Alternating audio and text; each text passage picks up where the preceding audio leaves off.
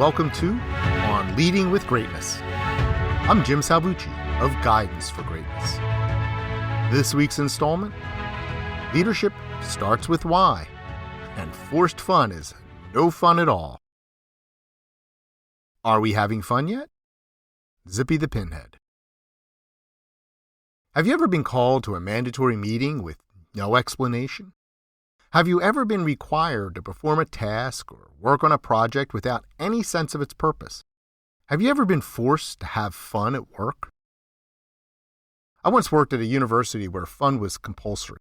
Among other things, we were obligated to attend certain festive occasions and smile and laugh and appear to whoop it up. To be fair, some people actually seemed to enjoy themselves. No one trusted those people. Instead, most employees you would talk to were simply counting the minutes until they could get back to their offices. Toil was preferable to obligatory amusement. I'm not exaggerating. Because our university poobahs were largely control freaks, we had to show up, be sure the university president saw us, and put in substantial time before slinking back to our offices. It was so ridiculous, on one occasion, the president accused me of being absent from an event where I had made a point of speaking to him for several minutes. Fortunately, I could call witnesses. To make matters worse, we always held these parties in our sweat-reeking gym because our control freak overlords were nervous about the one thing they could not command: the weather. That's right. No matter how beautiful it was outside, they were so risk-averse that we held mandatory parties in a giant windowless room rather than our delightfully sun-warmed quad outside. While we, the employees of the control freaks, were ordered to attend, and attend we did, we were never told why. We were just told what, where, and when. We could surmise the reason, of course. These fake fun extravaganzas enabled our bosses to overlook the general malaise that infected our culture and served as the evidence they needed to claim that we are a happy and functional bunch. We were not a happy and functional bunch. By the way, there is nothing wrong with employers staging entertaining and relaxing events to encourage their people to recharge, interact in new and positive ways, and build different kinds of relationships. Making them mandatory is counterproductive, though. In functional workplaces, most people voluntarily opt in because they trust their bosses and like their coworkers.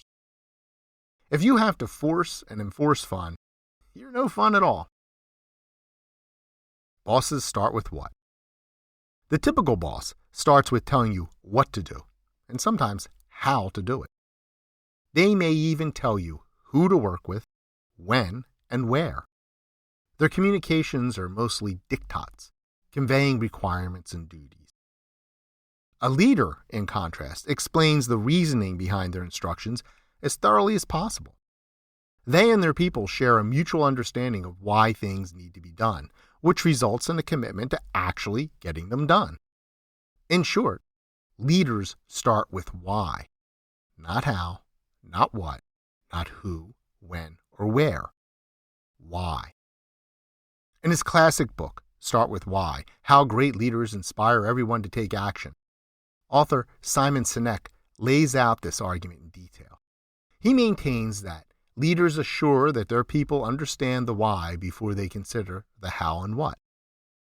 The very best leaders inspire others to action, but not by simply describing why a particular task must be done, what we might call the retail why.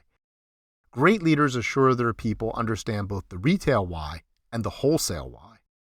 This second one is key to long-term engagement with your people, who both want and need a true understanding of their role in the grand scheme, even if they don't realize it.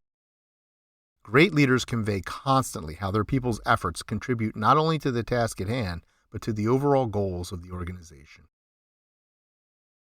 Warning: great leaders may cause dental distress.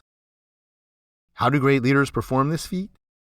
The technique is so simple, it will make your teeth hurt. Great leaders are values-driven. They rely on their values to do the paradoxical, rooting them in place, driving them forward, and drawing them to a goal all at once. I explain this phenomenon in my essay entitled Putting Values to Work. If values can do all that for leaders, they can do the same for their people and their organizations. Therefore, great leaders tapped into shared values to inspire their people. Often these shared values are expressed in the organization's mission, which is your collective why. So, great leaders regularly rally their people around the mission to motivate them. They constantly convey to their people how their small picture tasks contribute to the large picture whole, so that no one is unsure of their purpose. Everyone's work has meaning, and they know and embrace the meaning of their work. Inspiration of this sort comes from within and is a more effective choice for leaders than external motivations such as exhortation, rewards, or mandates. So you may ask, what if a worker does not support the mission or does not share the cultural values of the workplace? A leader may be able to persuade, never cajole or coerce, that worker to share in the organization's values. But there are no guarantees. If a worker is not willing to come into alignment, then perhaps that person is not a good fit and should be encouraged to find a more suitable workplace. A more important question, though, has to do with the leader themselves. What if the leader does not understand or support the mission? What if their commitment to the organization's values is superficial? The answer, if not the solution, is readily at hand. That leader is no leader at all. So I ask you now, if you are a boss or aspire to be one, what is the mission of your business or organization? What are your values? What values do you purport to uphold as key to your job? Are your personal values in line? How do you know? Do you check yourself regularly to make sure your personal values, the values of your organization, and your actions are in line? If not, why not? Or maybe we should start with why ourselves. Let me ask, if you are not aligned with the mission and values of the organization you lead, why are you there at all? How regularly do you start with why?